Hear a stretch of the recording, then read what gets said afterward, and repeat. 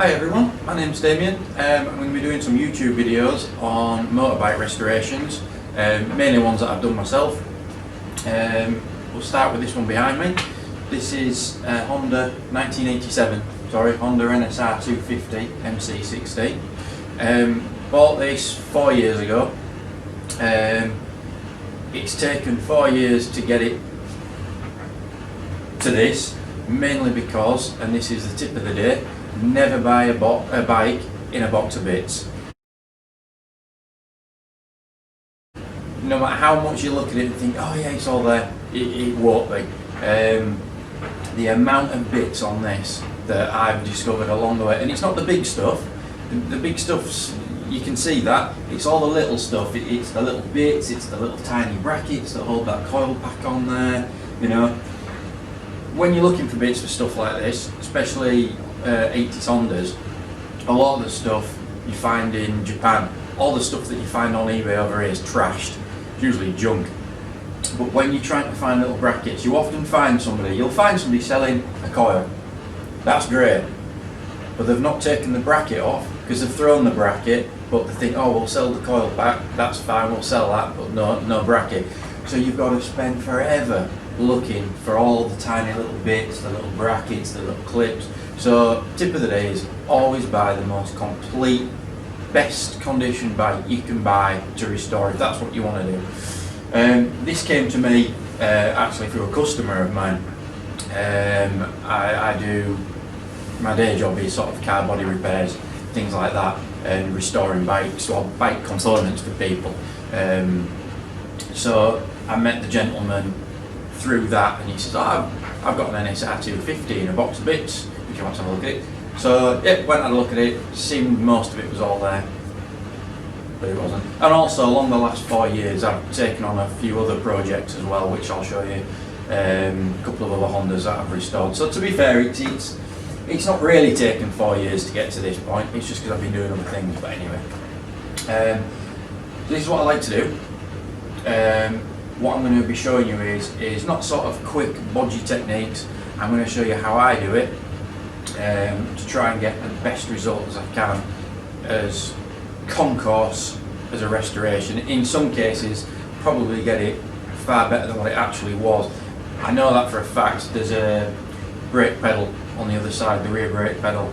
Managed to source a new old stock one that came. When it arrived, it was perfectly wrapped up still, it had all its grease-proof barrier, it was in lovely condition. When I took it out the bag I was like, ugh,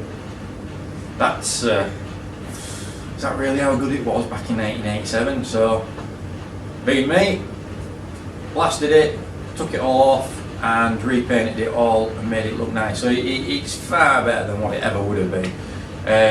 It depends what you want from a restoration, but my aim is to try and get them as concourse as I can, if not sometimes a little bit better. I'll give you a quick look at this one, a close up on this, show you what we've done. There are certain bits that are on this that are going to have to come back off. The petrol tank, the original tank with the bike, I might still use it. It was quite badly damaged. I stripped all the paint off and it was full of filler. It had certainly been down the road a few times. So I sourced a second-hand tank from abroad. And actually, when it turned up, it's actually really nice condition. Almost seems a shame to strip all the old paint off and the stickers. So up to now, I haven't touched the tank yet. I'm going to leave that as it is. It will be getting painted, along with everything else, with all the other fairings I've got. So it will be getting painted. But at the moment, to be honest, it's just on there. Makes it look a bit more like a motorbike. Sometimes you need to have these big bits on, make you feel like you're getting somewhere. So the tank will be getting painted. Exhaust silencers, I've had them remade using some, because they were trashed as well, so I've had them remade by a local fabricator, a friend of mine. He took the insides out of the existing ones and he made a new sleeve for the outside and welded it all up. It's then been polished, finished, put on it. The ends haven't been painted yet, so they've got to come back off. There's a few bits, like I say, that are going to have to come off. Constantly waiting for nuts and bolts, because one of the big things with this, because it was in bits, half the bolts were missing. There was bolts everywhere missing. The only bolts there were, I think, actually, were the engine component bolts. few fasteners there, but all the other fasteners were missing, so I've been slowly going through it and buying them as I go, from a really good company that source new old stock. Yeah, and that's it. So the front forks, they've only just been rebuilt. I've just rebuilt those. Fork stanchions were re-chromed. The fork bottoms were dipped to strip the old paint off. They were then aqua blasted, edge primed. I painted them with a satiny matte lacquer. Front mudguard, that's the first part of the bodywork actually that's been painted and is done now. I did that over Christmas. What else is there? So yeah, it's getting there. There's a lot of things to nip up and things like that. One of the things I want to do on this video is the front discs have been painted as well. So in this video I want to get the front discs fastened to the wheel, and I want to get the front wheel in, axle in, things like that. So I'll give you a quick close-up of what it looks like. Hopefully you can see.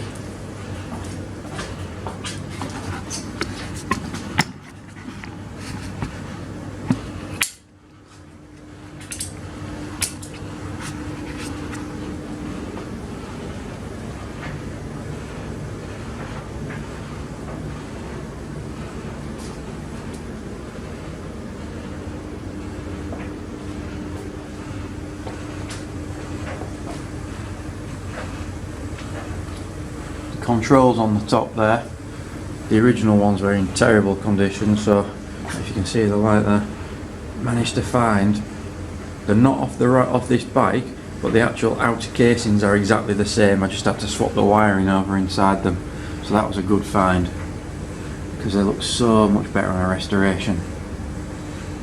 A nice bright red writing again. Come down to the engine.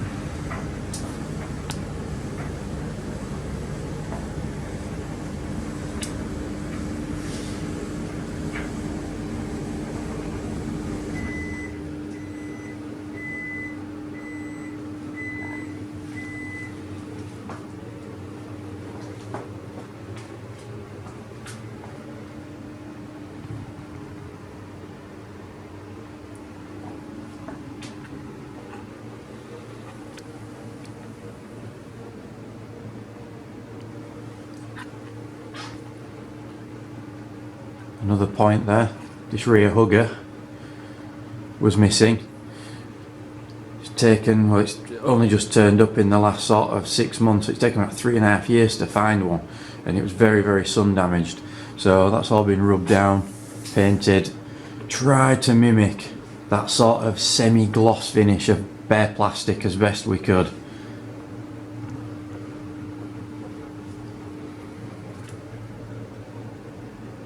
See it there.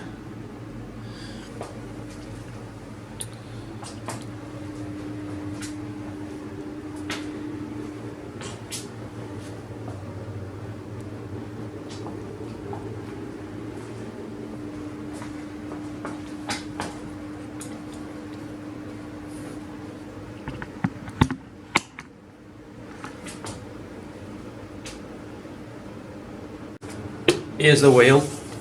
This was powder coated about 3 or 4 years ago now. Not been fitted yet. New tyre fitted, nice Bridgestone tyre on there. Tried to get as close again to the original tread pattern as I could find, which I think is almost spot on to the pictures of the one in the Honda Museum. So one important thing everyone misses on a restoration that I've found, everyone gets the wheels powder coated. This is down to your guy doing the powder coating as well, of course.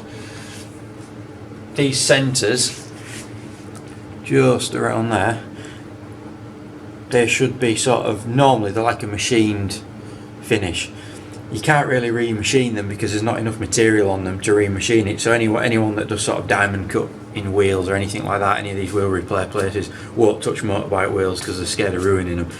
So just polish it up, run some Scotch Brite around there just to give it like a machine look. It looks absolutely spot on. There's that bit. Same on the other side. Just that tiny little rim around there. You can see that. It's just around that. It's had new bearings put in, new oil seals. That's all been done. So what we're going to do is that down there like that. Some nice cards so nothing gets scratched. All the bolts that hold the brake discs on, they've all been plated. I do all my own plating at home, apart from some really big stuff, but even then I tend to do it all myself. You can pick what finishes you want, get as close to original as possible. So there's some of the wheel bolts. Brake discs. There's the brake disc. The centre of the disc is the same colour as the forks. The outer part, just there, you can see it on the video, that very edge there and the outer part there, that's silver. What a lot of people do is, they don't ever do anything with that, they just leave it as it is, bare, stainless if it's stainless. Some are actually stainless, some aren't. I wet blast them all, so I chemically strip it first to get the paint off, then I wet blast the whole thing so it's all nice, and then what I do is I'll do a video on some brake discs actually at some point. Carefully mask them bobbins up, mask the centre up, mask all this up, and then I paint that and that silver, leave it to dry overnight, unmask it all, and then I remask all the silver, mask off around them bobbins, and then paint the centre. It's a real faff, but they come out and they look really nice, and at least then they've got the right finish on there and there, so it's just a lot of messing around. Just going to apply a tiny little bit of copper slip just to the shaft, just so, because you've got steel going through aluminium and it reacts, so just get those. Not loads, just a tiny little smidgen.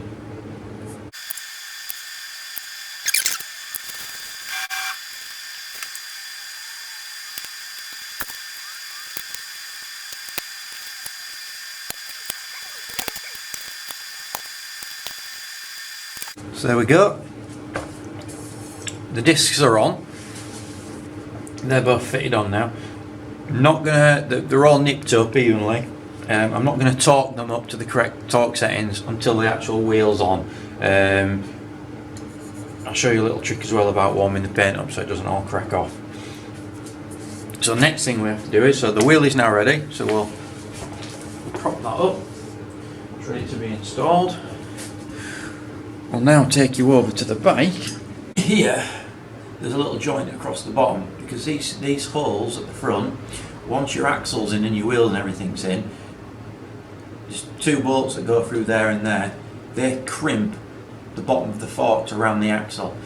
Now, they don't have to be put in yet, obviously, because the axle's not in. But one thing is over the years when these have been tightened up, they need to be split apart. Normally, what a lot of people do is flat-bladed screwdriver is a perfect wedge. Stick a screwdriver up in the bottom, hammer it in, does the job, spreads it apart, you get your axle in. The problem for that, for what we're trying to achieve here is, as soon as you do that, you're going to damage all the aluminium fork bottom, you're going to damage, most importantly, the lovely paint finish that took a long time to get right. So we want to try and come up with an idea of spreading that apart. Now it's not going to be easy, so what I've got is, I've got a filler spreader. Just your normal plastic filler spreader. The good thing about this is it won't really damage the paint if we don't cock it up, and it's got a nice wedge shape on the front edge, so I'm going to put some masking tape on that, stick it in there. I mean, it almost goes in all the way, you see, so it just needs an extra little bit of thickness of masking tape. I'm going to tap that in and hopefully it will spread that out enough that we can tap the axle in.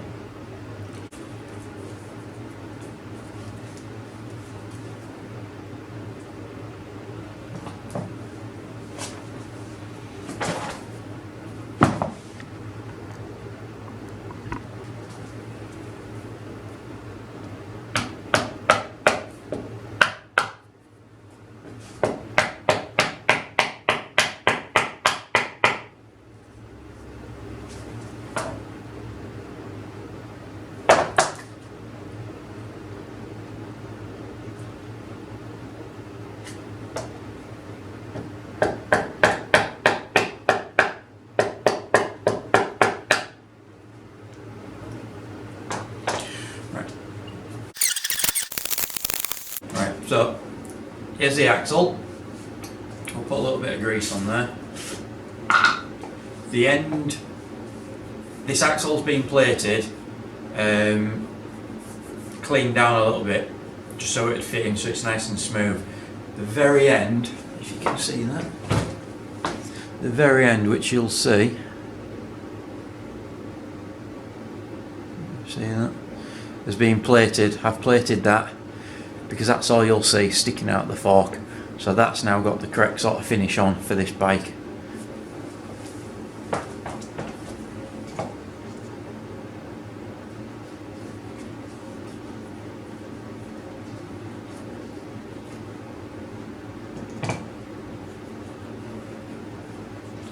Just put a little bit of general purpose grease on this, help it slide in and stop it corroding. I don't want loads on, just a nice even smear on it all would be sufficient.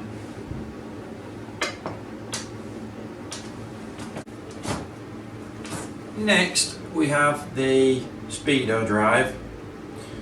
This has all been stripped down again a few years ago. It's all been sat wrapped up in a box ready to go on. It was aqua blasted to get that nice sheen. All been greased up, all put back together. It works, so that's a good thing with one of these because they often knacker up inside. So I'm just going to check.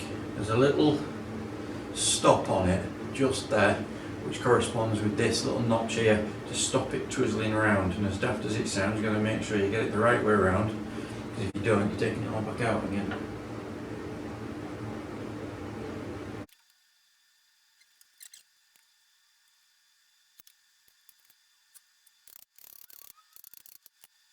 There we have it. Now the axle's in. The spreader that we put in has just dropped out, so that's good. We have to tap the wheel axle in because it is still a tight fit. Always use the sort of hide end of a copper hide mallet or one of these nice rubber mallets, just so you don't damage the end of the bolt. Otherwise, everyone brays it in with a big lump hammer, and all it does is knacker the end of your bolt, and then it's pull it out, start again. So always use the correct hammer. Check it into the little line as well, because that sets the spacing for the disc and the brake hanger. So what we're going to do now is, we've got the discs on, got the shaft through, we've nipped up the axle bolt a little bit. We're not going to tighten that up just yet.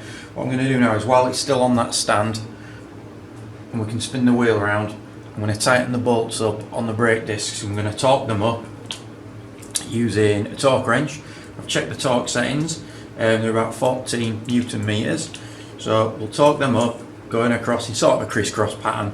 And what we'll do is, as well, every time we take, because otherwise you'll forget where they're at, we'll mark them with one of these parts markers. Now the good thing about using a white part marker is, in the factory when they were put together, they actually used a white mark on the nuts to show that they'd been tightened up.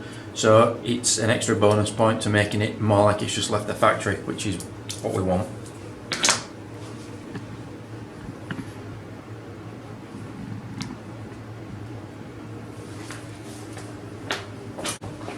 One last quick tip. It is freezing in here and cold paint cracks. So what we're going to do is, and I'd recommend this anyway, if the paint's been sat for more than a week or two, I would recommend this anyway, because it just helps when you tighten the bolt upon the paint. It just stops, and when you tighten it up, it allows the nuts and bolts to sink into the paint rather than spinning it all off and making a bit of a mess. So all we do is, don't use a heat gun because that'll blister the paint.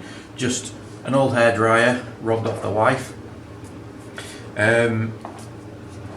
Warm it up till it's really nice and warm. You don't have to get it scorching. Like I said, don't use a heat gun, whatever you do, just a hairdryer. Just get it nice and warm, and then once it's nice and warm, we'll start torquing them up.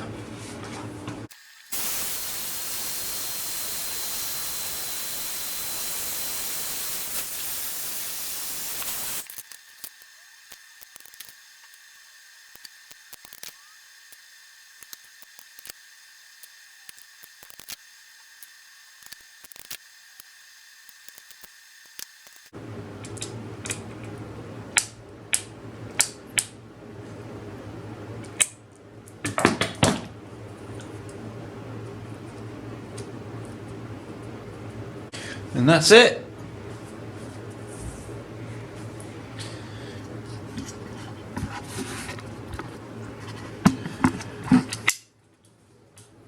So I'll give you a quick close-up of what we've done here.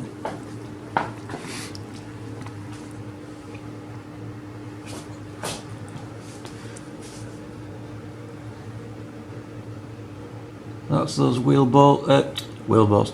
That's the brake disc bolts fastened on. They're in. That's in. You can see the little notch down there that reacts against. And very pleased with how that's come out. The end there, you can see the hole. So that's it. We're going to take it off here now. It can be put down and back onto its front wheel.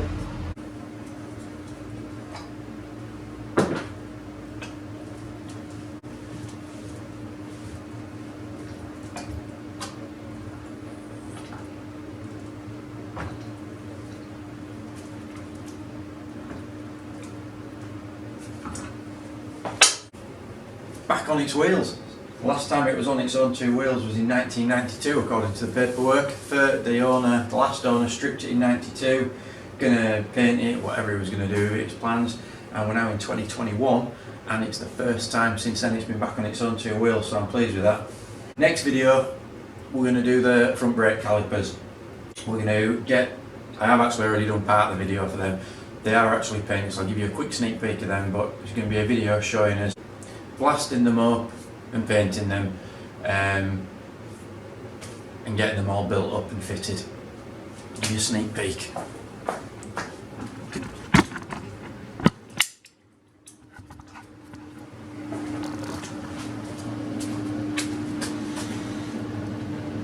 And there we have front calipers, back caliper, rear master cylinder,